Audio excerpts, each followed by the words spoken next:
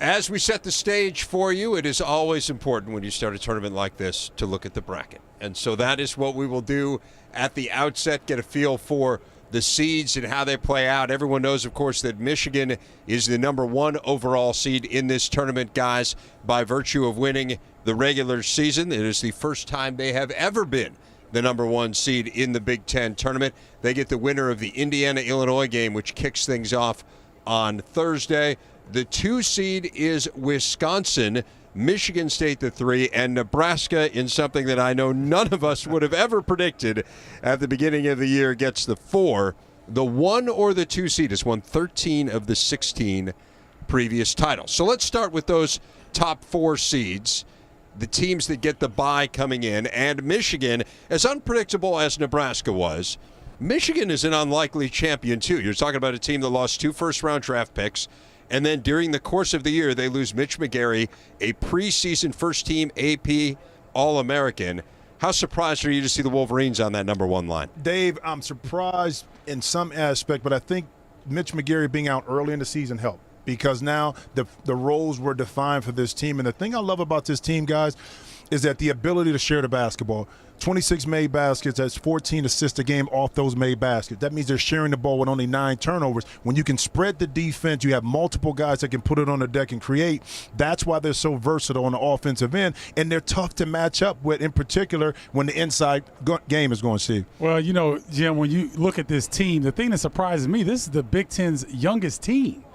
You know, and they didn't have the 3 or 4 game slides that the other upper echelon teams had. And, you know, we talk about Nick Stauskas all the time, but I read where John Beilein said Karis LeVert is their most valuable player. So we've got a lot of things going on with this very young Michigan team that did so well this season. And everyone wants to talk, and rightfully so, about Michigan's offense, but I think the thing that stands out to me, this is a team that doesn't foul. They're a lot like Wisconsin in that regard. And a couple of players, Jim, you talked about it, the absence of Mitch McGary, the job that John Horford and Jordan Morgan have done kind of manning that front line and understanding their roles. Jordan Morgan, I think, defends that high ball screen and that high pick and roll probably as well, if not better, than anyone in the conference. So people talk about the three-point shooting and the offensive execution of Michigan, but defensively, that's a big reason that they're in the position that they are now. And Stauskas, the player of the year in the league, an underrated defender in his own right. You talk about the lack of fouls. They literally foul less than any team in the nation.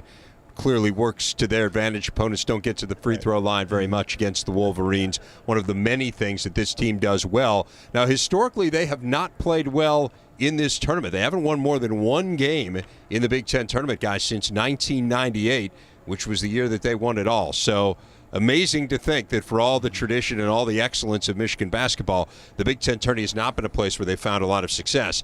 The same cannot be said of Wisconsin. They had a very nice run last year, making it all the way to the championship game. They are the 2 seed, Stephen, and a team that had such an uneven year. They started out fabulously, then they went through that stretch where they lost 5 of 6, and then they finished extremely well, an 8-game winning streak until they dropped that last game against Nebraska, which is the real Wisconsin team. I think it's the one that won the 8 games in a row in the Big Ten, because you're talking about a team that can put 5 guys on the floor at all times that can shoot the 3. That's 1 more than Michigan can put on at all times. And so a veteran ball club, they can defend, they can hit you multiple ways. But I'm concerned with their defense. I wonder if they got exposed at Nebraska. Points in the paint has been an area of concern during that losing skid. They really had a tough time keeping teams out of the paint. It started with Indiana getting 52 points in the paint, which kind of started that losing skid. I think that this is a team, this is my pick to win the conference tournament. I just think that they're built offensively a little bit more resiliently than they might have been in the past. Kaminsky, just another great year from guys that continue to develop, and a player for people to keep an eye on if they just might be casual fans and they haven't had a chance to see Wisconsin play.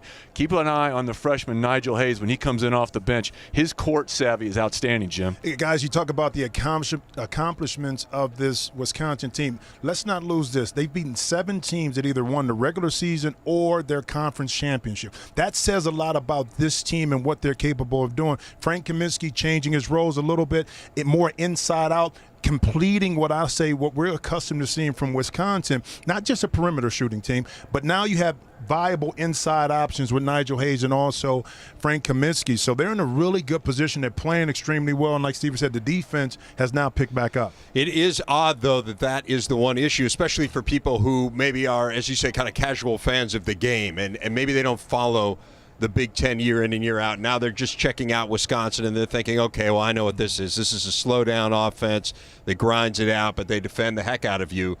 And it's kind of the opposite this year. I mean, they've been much more up-tempo. They're one of the higher-scoring teams in the league, 55th in the nation in defensive efficiency, which doesn't sound bad until you realize last year they were number 1 in the nation in that category.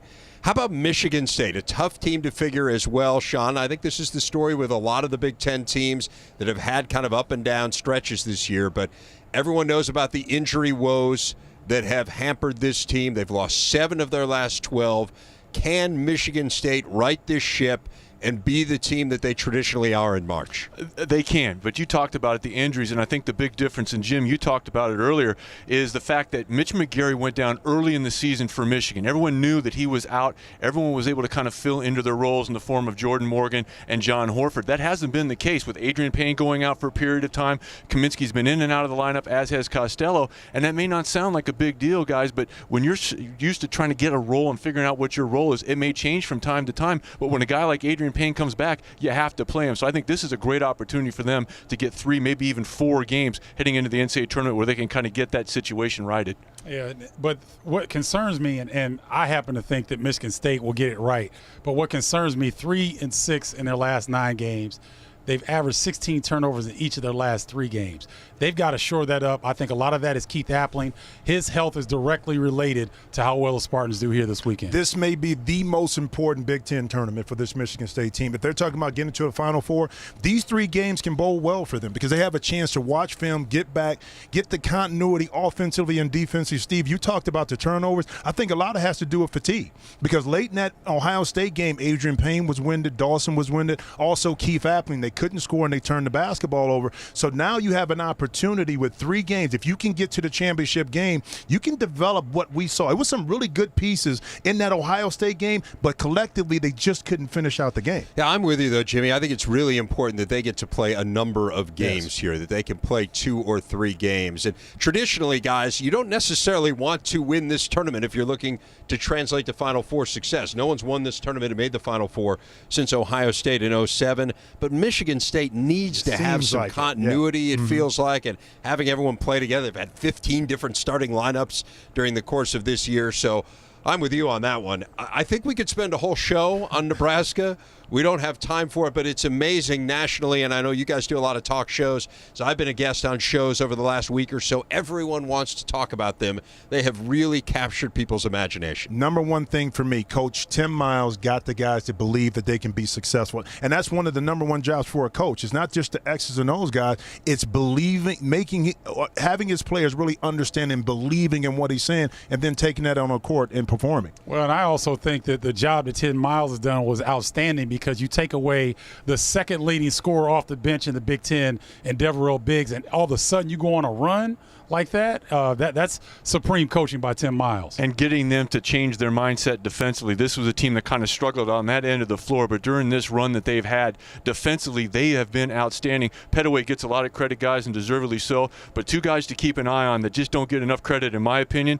Benny Parker, the little guy who comes in and just wreaks havoc on the defensive end, and the job that David Rivers has done coming in off the bench and giving them that presence along the front line cannot be understated. Sean, to your point, I mean, the last 9 games, their opponents are shooting under 36% from the field. That is the best in the nation for any team in any of the power conferences. So Nebraska absolutely bought into Tim Miles' defensive game plan, and they have pulled it off in a huge way.